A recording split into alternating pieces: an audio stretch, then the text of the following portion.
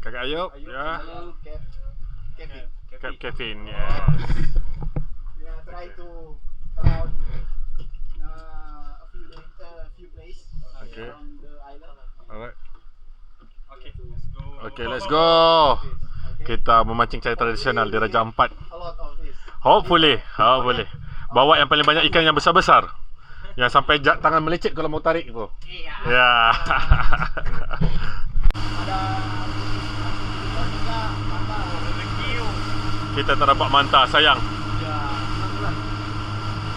Tapi ini memang belum season. Seasonnya mungkin di September, Oktober. Mantap lagi. Itu ada cuminya. Ganti apa pula airnya boleh cut off. Supaya ada cepat cair. Umpannya. Berapa mata kail kita letak ni? 2? 3? 2 ya. Shit. Okey geng.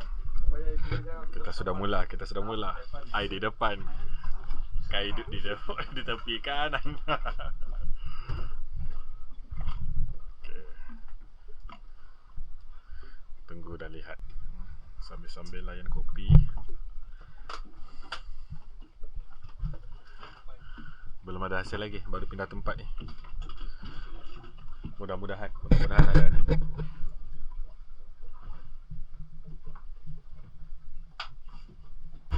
Berapa ni? 7 sudah ni. Kita tukar spot lagi, tambah pemberat supaya laju turunnya. Kita mendekat di pulau sana. Semoga ada hasilnya di sana. Perhatikan. Alright. Tadi tak dapat ikan, kita dinner dulu. Lepas ni kita sambung lagi boat parking kat sana sampai dapat ini malam. Okey, kita cuba lagi.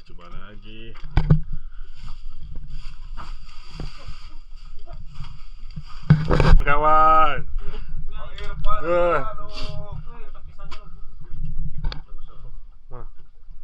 Sekejap pergi ke lampu dulu. Yeah, itu dia. Ikan apa ini?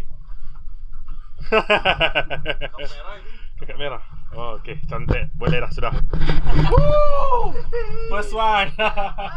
Oh, sudah dapat ikan, pemberatnya putus.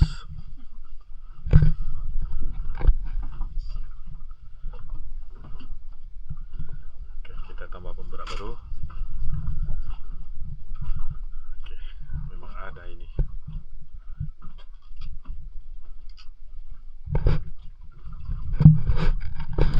Asal bisa turun kan, pakai skru saja ini.